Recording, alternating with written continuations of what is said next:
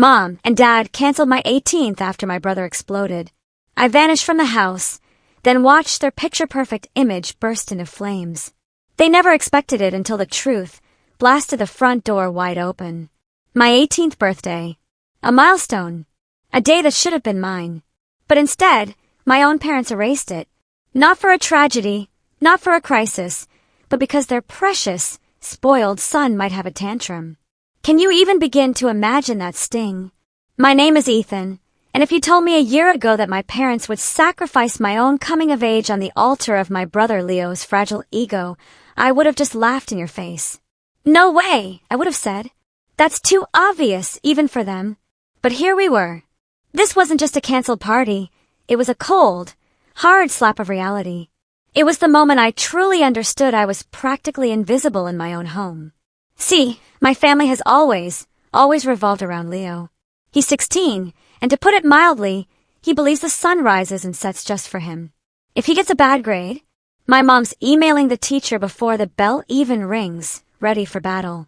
If he gets into trouble at school, my dad's lecturing the principal about Leo's unique needs. And if Leo so much as frowns, the entire house goes silent. Everyone holds their breath, walking on eggshells, desperately trying to figure out how to make him happy again. Me. I've always been the easy kid. Good grades, stayed out of trouble, cooked my own food, did my own laundry. You'd think that would earn a little respect, maybe even some appreciation. Instead, being the easy kid didn't earn me praise, it just made me disappear. I faded into the background. So, as my 18th birthday approached, I wasn't asking for much. Just a small dinner with my grandparents, a simple cake. I'd even saved up for my own gift, a used acoustic guitar I found online. For once, I just wanted to feel like my day mattered, like I wasn't just a background character in Leo's never-ending drama. Mom nodded vaguely when I mentioned my plans, and Dad mumbled something about checking his schedule. That was enough for me. I figured they were on board. I even spent 2 hours scrubbing the house, making it shine for the dinner. Then, the day before my birthday, Leo had an epic meltdown. Over the dumbest thing imaginable, Dad wouldn't let him borrow the car for a late-night party. Door slammed. Shoes flew down the hallway. He started screaming about how no one cared about him, how I always got whatever I wanted. I just sat in my room, headphones on, trying desperately to block it out. But I could still hear every word, every accusation. My chest felt so tight, like a vice was tightening around it, a silent scream trapped inside. Leo has always had this way of making me feel guilty just for existing. Eventually, there was a soft knock. "Ethan, we need to talk," Mom said. She sat on the edge of my bed, that familiar look on her face, the one that meant she was about to say something that would benefit Leo at my expense. "Honey," she began, in that sickeningly sweet tone she uses when she's trying to sound reasonable, "we're going to have to postpone your birthday dinner." Postpone. My 18th birthday. You only turn 18 once. I just stared at her. Her smile thinned a little, forced. "I know, but we can celebrate next weekend when things calm down. It'll be better for everyone. Better for everyone." Translation, better for Leo. My fists curled into the bedsheets. Dad poked his head in, chiming in with his usual line. "Just let this go, Ethan. Be the mature one here. The mature one." That phrase burned worse than anything else they'd said. It felt like a brand, searing into my skin. I nodded slowly, but inside, something shifted. For years, I'd been swallowing my frustration, telling myself it wasn't worth making a scene. But this was the line. They had just told me point blank that my birthday was less important than keeping Leo from throwing a fit. The next morning, my grandparents called to wish me a happy birthday.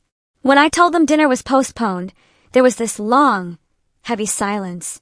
Then Grandpa's voice, concerned. "Postponed for what?" I couldn't answer. I just felt this cold, quiet anger settle in my chest, like a storm forming far off in the distance. That was the moment I knew something had to change.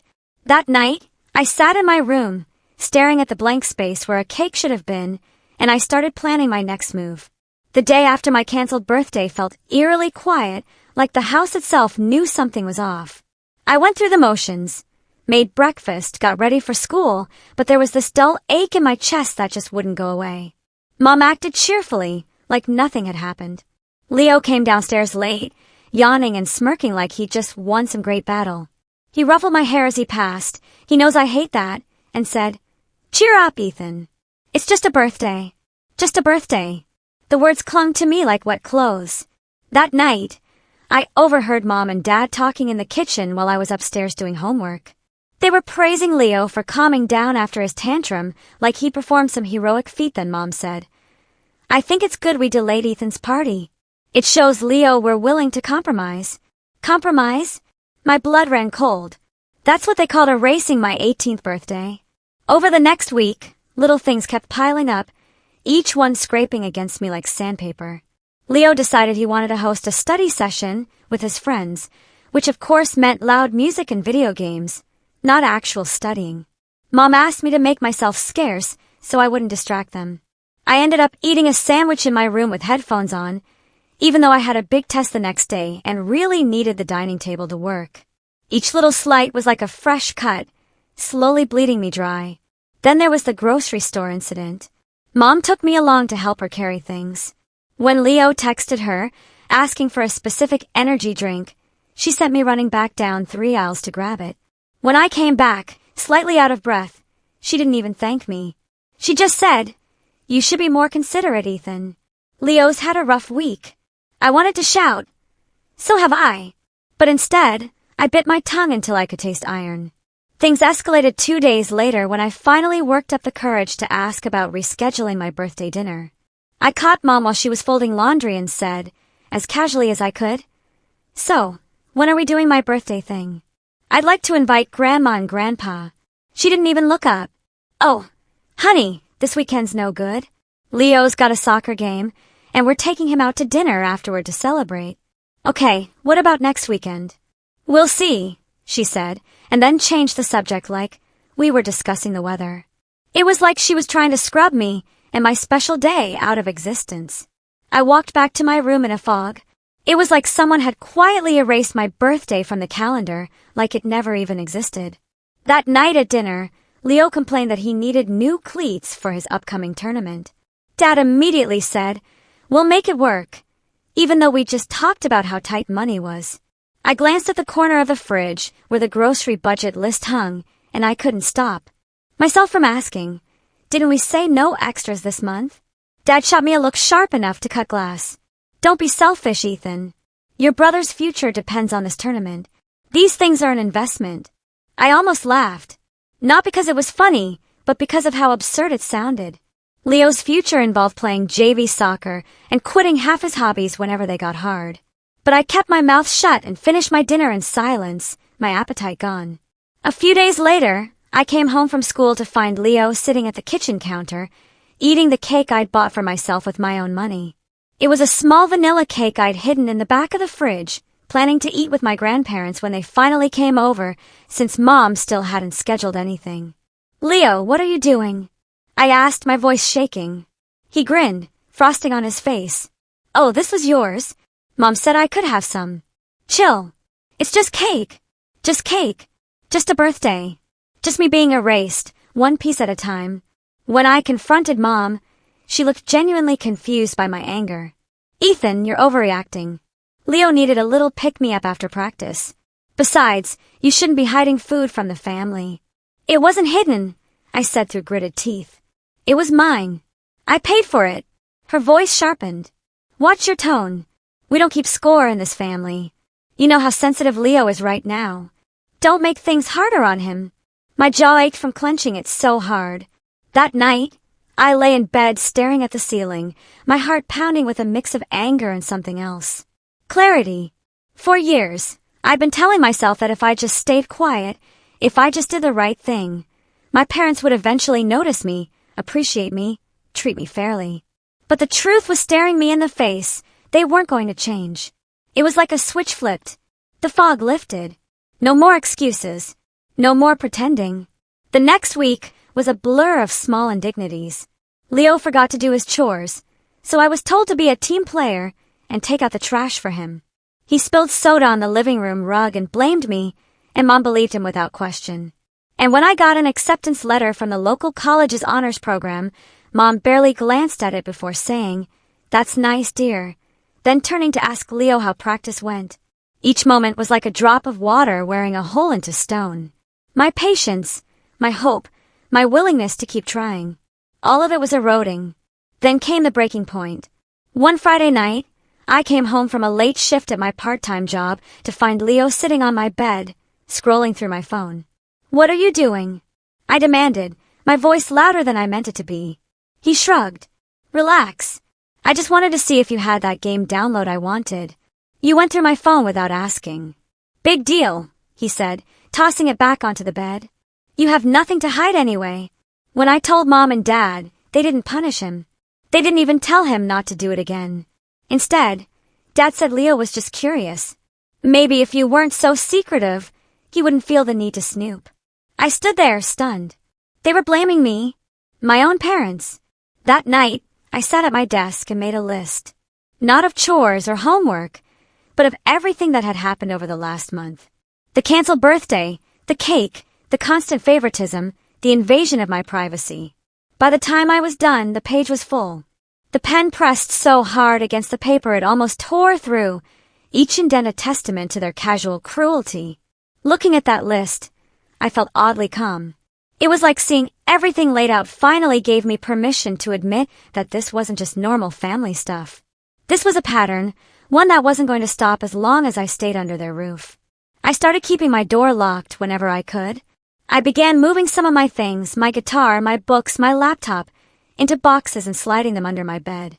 Quietly, carefully, I was getting ready. Each item I packed felt like a whisper of freedom. And then, just as I was beginning to think I could survive until graduation, something happened that pushed everything past the point of no return. 2 weeks after Leo had gone through my phone, I came home one afternoon to find the front door wide open and voices carrying from inside. At first, I thought maybe we had company, but when I stepped into the living room, my heart dropped. My boxes, the ones I had carefully packed and slid under my bed, were sitting in the middle of the room, opened. My guitar case was leaning against the couch with the latches undone. My clothes were spilling out of the boxes, and my laptop sat on the coffee table like some kind of exhibit. Leo was sitting cross-legged on the floor, grinning smugly, and Mom and Dad were standing over everything with their arms crossed. "What is this?" Dad asked, gesturing to my things. I froze in the doorway. "My stuff," I said slowly, already feeling my pulse quicken. "Why are you hiding it under your bed?" Mom demanded, her voice sharp. "Are you planning to run away?" I opened my mouth, but before I could speak, Leo piped up. "Told you he was being shady. I caught him packing last night." "You what?" I snapped, turning to him. He just smirked. "Yeah, I looked under your bed while you were in the shower. Pretty clever hiding spot, by the way. You went through my room?" My voice cracked, partly from anger, partly from the raw humiliation of having my privacy violated again. "Leo was worried about you," Mom said, like he was some kind of hero. "He thought you might be in trouble, and it turns out he was right. Ethan, we need to talk about what's going on here." I clenched my jaw. "What's going on is that I'm tired of being treated like a guest in my own house." Dad's expression hardened. "Watch your tone. This is our house. If you have a problem with how things are run here, you can say so respectfully, or you can leave." For a moment, the whole room went silent. Even Leo stopped smirking. I swallowed hard. "Maybe I will," I said, my voice low. Mom's eyes widened, like I had just threatened to burn the house down. "Ethan, don't be dramatic. You're 18. You don't understand how the world works. You wouldn't last a week out there on your own." That should have scared me. But instead, I felt a strange, almost dizzying calm. I didn't argue with them. I didn't yell. I just quietly gathered my things from the living room and carried them back upstairs. Leo kept making little comments as I passed. Things like, "Hope you like sleeping on park benches," and "Guess you don't care about family anymore." I ignored him, but each word felt like a push toward the edge of a cliff I'd been teetering on for years. The next day, I came home from school to find something that made my stomach drop even further. My laptop was gone. I tore apart my room looking for it, thinking maybe I just misplaced it, but it was nowhere. When I asked Mom, she said, without a hint of guilt, "We took it away. We don't think it's healthy for you to be online so much right now. It's feeding this attitude you've had lately." That laptop is mine, I said, trying to keep my voice steady. I paid for it with my job. Then consider this a cooling off period, Dad said from the kitchen table, sipping his coffee like we were discussing the weather. You can have it back when we feel you've earned our trust again. I couldn't even speak. My throat felt tight. My ears were ringing. That laptop had everything on it, my schoolwork, my music recordings, even the scholarship essays I'd been working on for next semester. I spent the entire evening in my room, staring at the ceiling, feeling like the walls were closing in. This wasn't just about a canceled birthday anymore. This wasn't about Leo being spoiled or me being ignored. This was about control. About them showing me, in no uncertain terms, that I owned nothing, not even my own future. Later that night, I heard Leo laughing in the hallway. He was talking on the phone to one of his friends, bragging. Yeah, my parents totally busted him. He was planning to move out, but now they've got him on lockdown. He's not going anywhere. That was the moment something in me snapped. I didn't cry. I didn't storm out. I just sat up in bed and felt this cold, clear resolve settle over me. If they wanted to keep me trapped, they were about to find out what it was like to have me gone. Not just my presence, but everything I quietly did to keep the house running. The next morning, I started my silent rebellion. I stopped doing the extra chores I usually handle without being asked. No more unloading the dishwasher before school.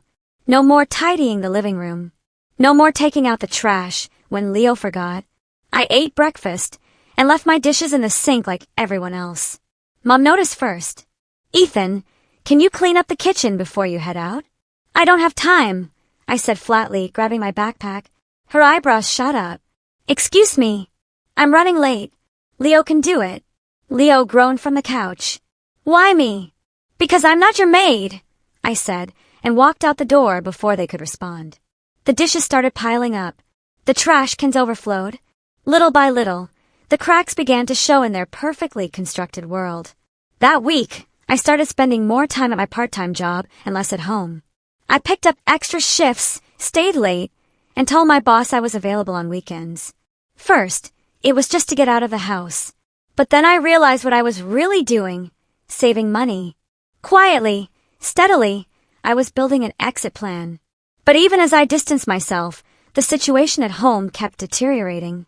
One night, I came home after closing at work to find Leo sitting at the kitchen table, waving my confiscated laptop around like a trophy. Hey, look who finally came home, he said, grinning. Mom said I could use this for homework since you don't need it right now. You what? I asked, my voice dead. He shrugged. You weren't using it. Don't worry, I didn't mess with your stuff. He laughed like it was the funniest thing in the world. Well, not much. It was a slap in the face. A final, undeniable sign of their blatant disregard. I walked straight past him and into my room, slamming the door, so hard the walls rattled. My heart was pounding so fast it felt like it might burst. That was the night I decided I wasn't just going to leave. I was going to make sure they understood exactly what it meant to lose me. And then, just as I was finalizing my plans to move out quietly, fate handed me the perfect opportunity, one that would make my absence impossible to ignore. The morning after Leo had paraded my laptop around like a trophy, I woke up with this strange heaviness in my chest. Not anger this time. Something quieter, something hollow. It was like all the fight had drained out of me overnight, leaving just a dull ache. When I came downstairs, Mom was at the stove making pancakes for Leo, who was sitting at the table in his soccer gear, scrolling on my laptop. Morning, Mom said brightly, like nothing was wrong. I made extra if you want some. I just shook my head and grabbed an apple from the counter. Ethan, sit down, Dad said from behind his newspaper. You barely eat with us anymore.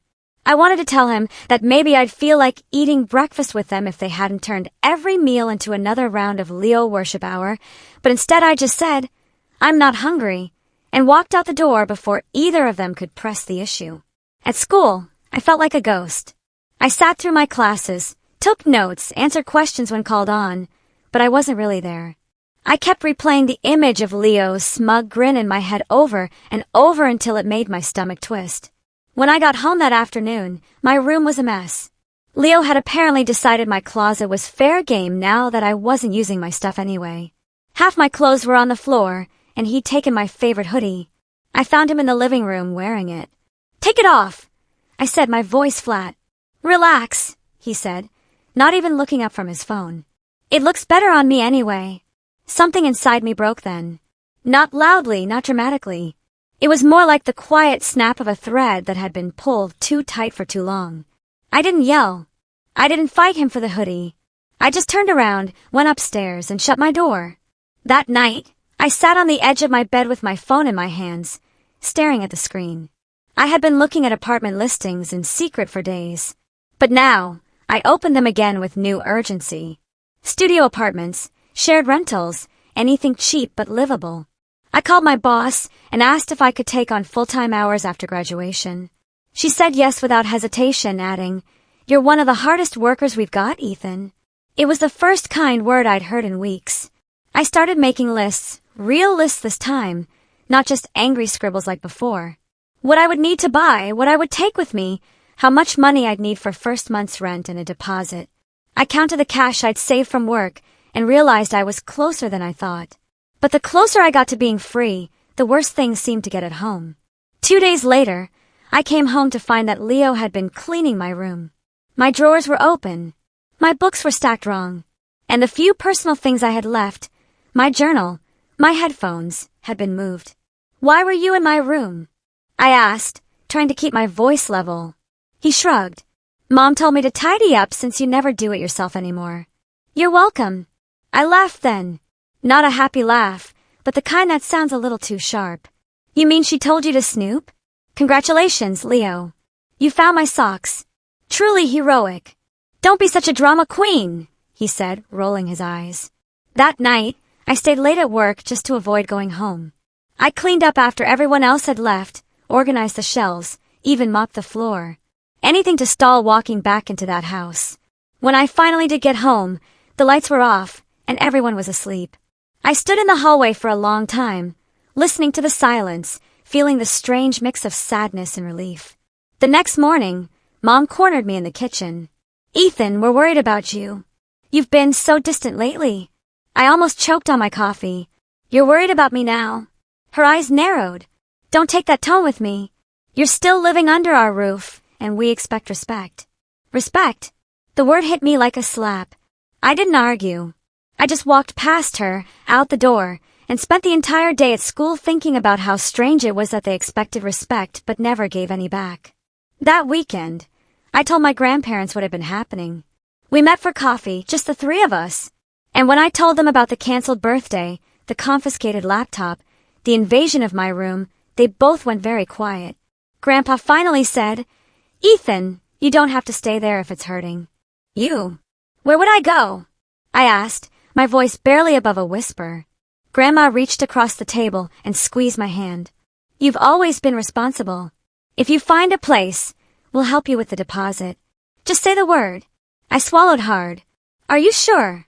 She smiled sadly. "Sweetheart, you deserve to feel safe where you live. If your parents can't give you that, then it's time to find it for yourself." It was like a warm blanket after years of biting cold. That night, I went home and started packing in earnest. Not the secret, cautious packing from before. Real packing. I put my clothes into bags, wrapped up my books, and quietly moved a few things into the trunk of my car when no one was looking. Each trip felt like a small act of rebellion, like I was reclaiming a piece of myself with every box I carried out. But just when I thought I was finally getting ahead, just when I could almost see the finish line, something happened that made everything 100 times worse and forced me to move faster than I'd ever planned. I woke up the next morning to sunlight spilling across my room. And for the first time in weeks, I didn't feel that usual heaviness pressing down on my chest. Instead, I felt something sharper. Determination. Everything in my room was half-packed now. Boxes stacked neatly in a corner, bags zipped and ready. If anyone walked in, they'd know exactly what I was planning. But I didn't care anymore. Hiding had gotten me nowhere. Before school, I stopped by the bank to deposit the cash I'd been keeping in a shoebox. My savings account balance had never looked this good. Nearly enough for a deposit and first month's rent. Seeing that number on the screen gave me a little surge of power. For so long, I'd felt trapped, dependent, like my parents were holding all the cards. But now, I could feel the ground shifting under my feet. I was building my own way out, brick by brick. At school, I stayed late in the library working on my scholarship essays. With my laptop still confiscated, I had to use the school computers, but I didn't care. In fact, staying late meant I didn't have to go home right away. By the end of the week, I had 3 applications finished and submitted. Each one felt like a quiet little victory, a step toward the future I was building that had nothing to do with my parents' approval. My boss noticed my new energy, too. One evening after closing, she called me into her office and said, "You've been stepping up a lot lately. I'd like to make you a shift lead." I blinked. "Are you serious?" She nodded. "You've earned it. Comes with a raise. Not huge, but enough to make a difference." I walked out of that office feeling 10 feet tall. It wasn't just about the money, though that helped. It was about someone recognizing my effort, my reliability, things my family had dismissed as just being the easy kid. For once, someone saw me. By the end of the month, I had found a small studio apartment 10 minutes from work. It wasn't much. A single room with a kitchenette and a bathroom barely big enough to turn around in. But it was mine. The landlord was an older guy who seemed kind, but businesslike. When I handed him the deposit and first month's rent, my hands were shaking, not from fear, but from exhilaration. That night, I sat in my car outside the apartment building, just staring at the key in my hand. This was it. My ticket out. At home, things were still tense. Leo had started sulking more now that I wasn't reacting to his provocations. He'd toss my things around, take my charger, hide my shoes, but I didn't give him the satisfaction of blowing up anymore. Every time he tried to get under my skin, I just thought about the key in my pocket and smiled to myself. Mom noticed the change, too. One evening, as I was heading upstairs with a laundry basket, she stopped me at the bottom of the stairs. "You've been very quiet lately," she said cautiously. "I've been busy," I replied, keeping my tone even. She frowned. "Busy with what?" "Work, school, my future." Something flickered across her face. Confusion, concern, maybe even guilt. But she didn't press me further. My grandparents came over that weekend, and this time I didn't hold back. I showed them pictures of the apartment, told them about my new promotion, even mentioned that I'd been approved for a small scholarship. Grandpa beamed and said, "That's our boy. You're really making something of yourself." It had been so long since I'd felt proud of myself without someone immediately tearing me down. I couldn't stop smiling the rest of the day. The next few days felt almost like living a double life. At school and work, I was this calm, capable version of myself who was steadily building a future. At home, I was quiet, polite, and almost invisible, but only because I wanted to be. Every time I folded another shirt into a box or slid another bag into my car, I felt more in control. I started removing my presents from the house, little by little. The photos of me on the fridge disappeared one by one. My shoes were no longer by the front door. My guitar stand was empty. It was like I was slowly erasing myself from their world, preparing them for what was coming without them even realizing it. Then came the day I got my laptop back. It happened casually, almost anticlimactically. I came home from work and found it sitting on my bed with a sticky note that said, "We trust you again." I stared at it for a long time, then laughed. An actual laugh this time, not bitter or angry. I didn't need their permission anymore. I had already built a life outside of their control, and no one could take that from me. That night, I used the laptop to make a checklist of the final things I needed. A couple of pieces of furniture, cleaning supplies, groceries for the new place. I ordered most of it online and had it shipped directly to the apartment. By the time the weekend rolled around, I was ready. My car was packed full. My savings were enough to cover at least 2 months of expenses, and my apartment key was warm in my pocket. But before I could make my quiet exit, before I could slip away without a scene, something happened that accelerated everything and turned my quiet departure into something much bigger than I'd ever imagined. 2 days before I planned to move out, I came home early from work and walked into the house just in time to overhear a conversation that changed everything. Mom and Dad were in the kitchen talking in low voices, and Leo was sitting at the counter eating cereal. I was about to slip past and head upstairs when I caught my own name. "He's been pulling away for months," Mom was saying. "I don't understand what we did wrong." "You didn't do anything wrong," Dad replied, his tone dismissive. He's just going through a phase. Once he sees how hard it is out there, he'll come crawling back. He doesn't realize how much he relies on us. Leo snorted. Yeah, good luck to him. He can't even keep his room clean. He'll be back in a week. I froze in the hallway. Their words hit me like a gut punch. They weren't worried. They were waiting for me to fail. They thought my independence was some kind of rebellion, a tantrum like Leo's, but quieter. They weren't scared to lose me. They were convinced I'd be back, begging them for help. For a long moment, I just stood there, heart pounding, a cold clarity washing over me. This wasn't just about getting out anymore. It was about proving them wrong, about making sure they understood that I could survive, even thrive without them. That night, I sat in my room with my laptop open, staring at the glowing screen. I wasn't just going to leave quietly. I was going to make sure they felt the weight of me being gone. Not in a vindictive way, but in a way that made them realize what they had taken for granted. I started with the practical things. I gathered every bill, subscription, an account that had my name on it, the internet plan, the streaming services, even the shared family cloud storage that I had been paying for since I got my job sophomore year. One by one, I changed the payment methods or canceled them outright. If I was leaving, I wasn't going to keep footing the bill for a house that no longer felt like mine. Then I moved on to my responsibilities around the house. I'd always been the one to quietly fix things, replace light bulbs, unclog the sink, keep the fridge organized. I made a mental list of all the little tasks no one noticed until they weren't done. It wasn't petty, it was practical. If they were so sure I'd be back, they were about to get a taste of what it was like without me there to keep things running smoothly. This wasn't revenge, it was an education. A lesson in consequences. I also started talking to my grandparents more. They were still quietly supportive, though I could tell they were trying not to take sides. One afternoon, Grandma slipped me an envelope with a few $100s in it. Consider it a little cushion, she said softly. Just until you get settled. I felt my throat tighten. Thank you. I promise I won't waste it. She smiled. You've never wasted anything, Ethan. That's why we know you're going to be okay. That night, I went to the apartment after work to drop off the last of my boxes. It felt surreal standing in the middle of that empty space, imagining how it would look once I brought in the rest of my things. For the first time, I let myself really picture it. Coming home to a place that was mine. Eating dinner without being interrupted, playing my guitar without Leo pounding on the wall. But as much as I wanted to just stay there right then, I knew I had one last thing to do before I left.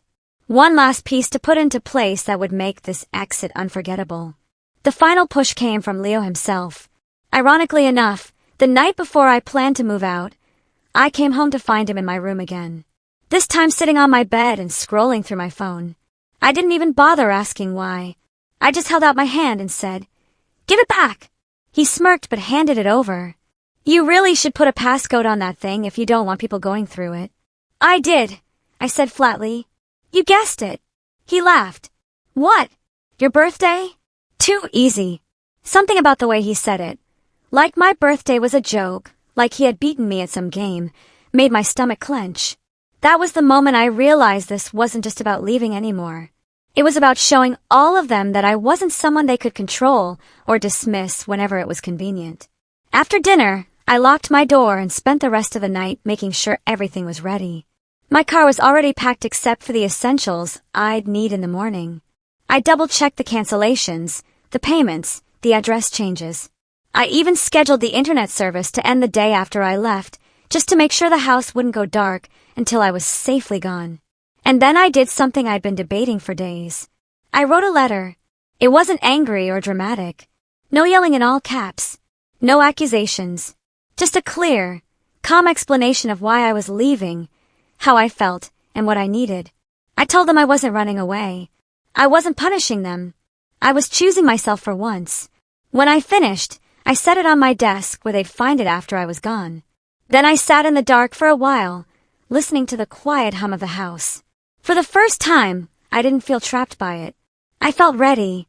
Tomorrow I would leave, and when they woke up, they'd finally see what it looked like when I wasn't there to hold everything together. The morning I left, the house was still quiet when I woke up. Sunlight was just beginning to creep across my floor, lighting up the stacks of boxes that were no longer hidden, but standing out in the open like silent witnesses. I dressed quietly, packed the last few items into my backpack, my journal, my headphones, the letter, and took one last look around my room. It didn't feel like my room anymore. The posters were gone. The shelves were bare. The space almost echoed. For the first time, instead of sadness, I felt relief. Downstairs, I could hear the faint sounds of Mom clattering around in the kitchen. Leo was still asleep, I could tell from the silence, and Dad hadn't left for work yet. My heart was beating fast, but I moved with a kind of calm focus, the way you do when you've rehearsed something over and over in your head. I set the letter neatly on my desk where they couldn't miss it. Then I grabbed my guitar case and my backpack. Each step down the stairs felt heavier than the last. Not from fear, but from the weight of what I was finally doing. Before I left, I did the last few things on my mental checklist. I unplugged the Wi-Fi router and tucked it under my arm. It was in my name, after all, and I had every right to take it. Then I grabbed the small basket by the front door where we kept spare house keys. I took mine off the ring and set it on top with a quiet little click. When I stepped outside, the early morning air hit me like a shock. My car was packed full. Boxes, bags, a few pieces of furniture I'd managed to fit in the back seat. I slid into the driver's seat, started the engine, and for a moment just sat there staring at the house. No big dramatic goodbye. No yelling, no slamming doors. Just me finally choosing to leave.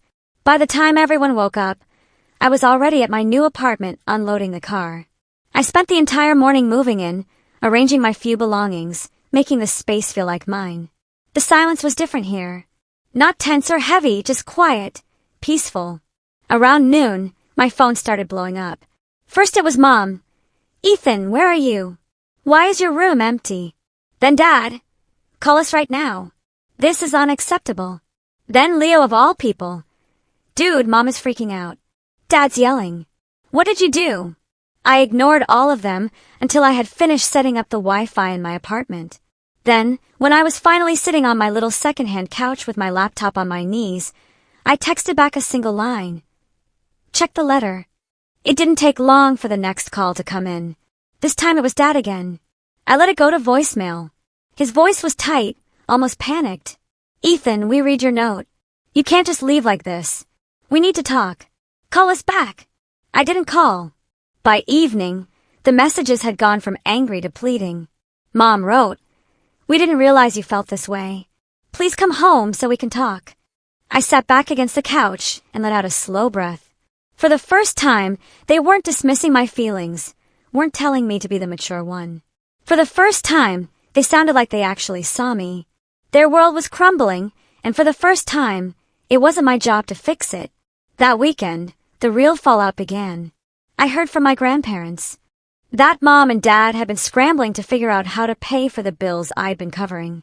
The internet was shut off for a full day before they could get it switched into their names. Leo had a meltdown when he couldn't play video games, which apparently set off another round of shouting matches between everyone. Part of me almost felt guilty hearing about the chaos. Almost.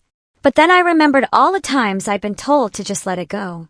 All the times my own needs had been brushed aside for Leo's comfort. And the guilt faded. I wasn't cruel about it. I didn't gloat. I didn't rub it in. But I didn't rush to fix things for them either. Every time I was tempted to step in and smooth things over like I always had, I reminded myself this was exactly what they needed to feel. Meanwhile, my own life was finally starting to take shape. I bought a small secondhand table for my kitchen, a thrift store lamp for the corner of the living room.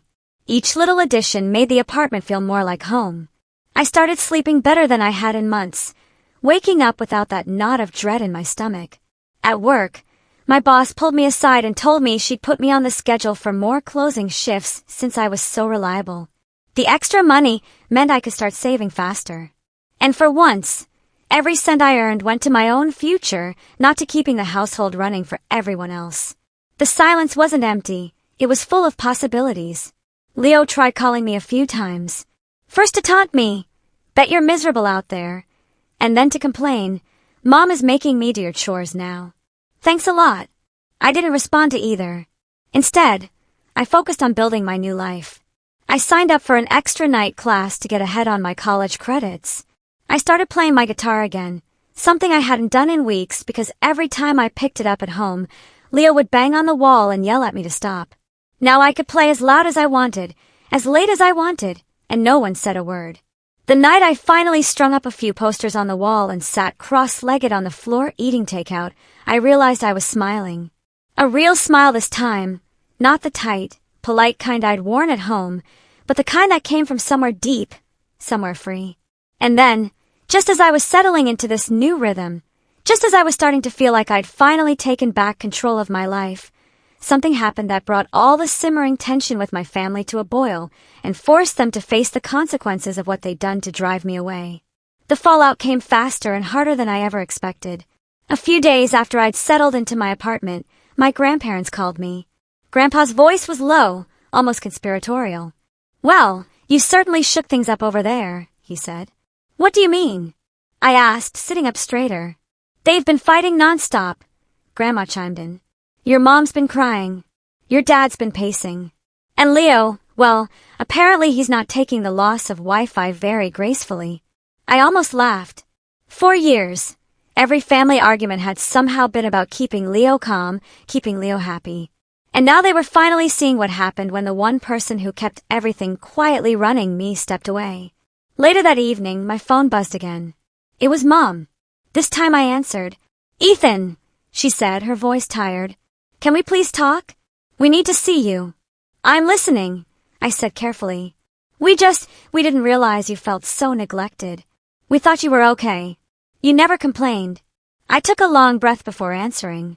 "That was the problem, Mom.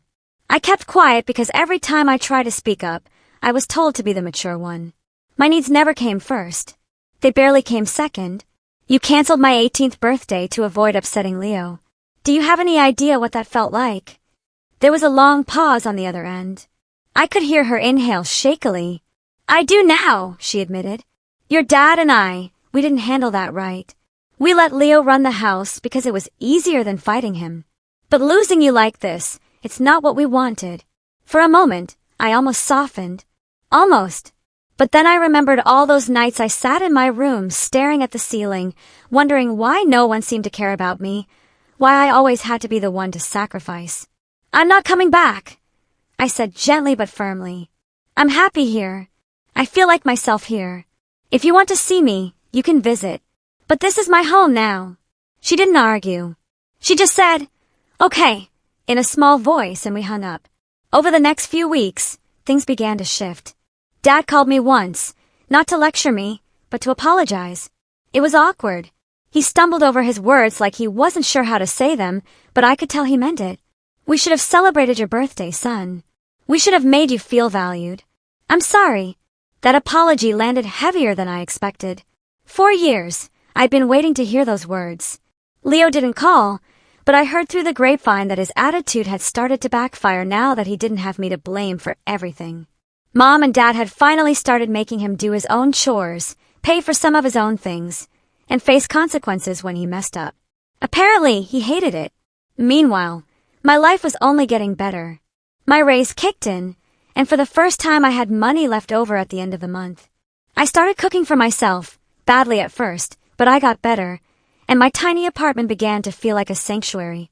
The peace was addictive. No slammed doors, no shouting matches, no walking on eggshells every time Leo was in a bad mood. One Saturday morning, a few months later, I invited my grandparents over for breakfast. We sat at my thrifted kitchen table, drinking coffee and laughing. And when they left, Grandma hugged me tight and whispered, "You've built something good here. We're proud of you." After they left, I sat on the couch with my guitar in my lap, strumming lazily, and I thought about how far I'd come. The house I grew up in was still standing, but I wasn't a piece of it anymore. And for the first time, that didn't hurt. The final moment of closure came on my 19th birthday. I didn't expect anything. But that morning, there was a knock on my apartment door. When I opened it, Mom and Dad were standing there, awkward but sincere, holding a small cake with a single candle. "We'd like to try again," Mom said softly. "If you'll let us." I hesitated for a long moment before stepping aside and letting them in. We sat at my little table, and they sang to me. Off-key, slightly embarrassed, but genuine. As I blew out the candle, I realized this wasn't just about revenge anymore. It wasn't about making them feel guilty.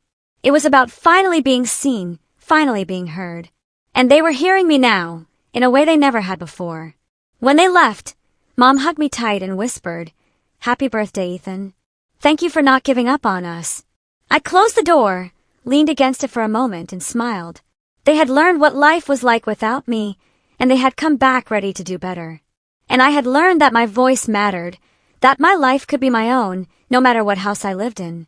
As I sat back down with the last slice of cake and picked up my guitar, I thought to myself, this was the best birthday I'd ever had, because this time it was truly mine.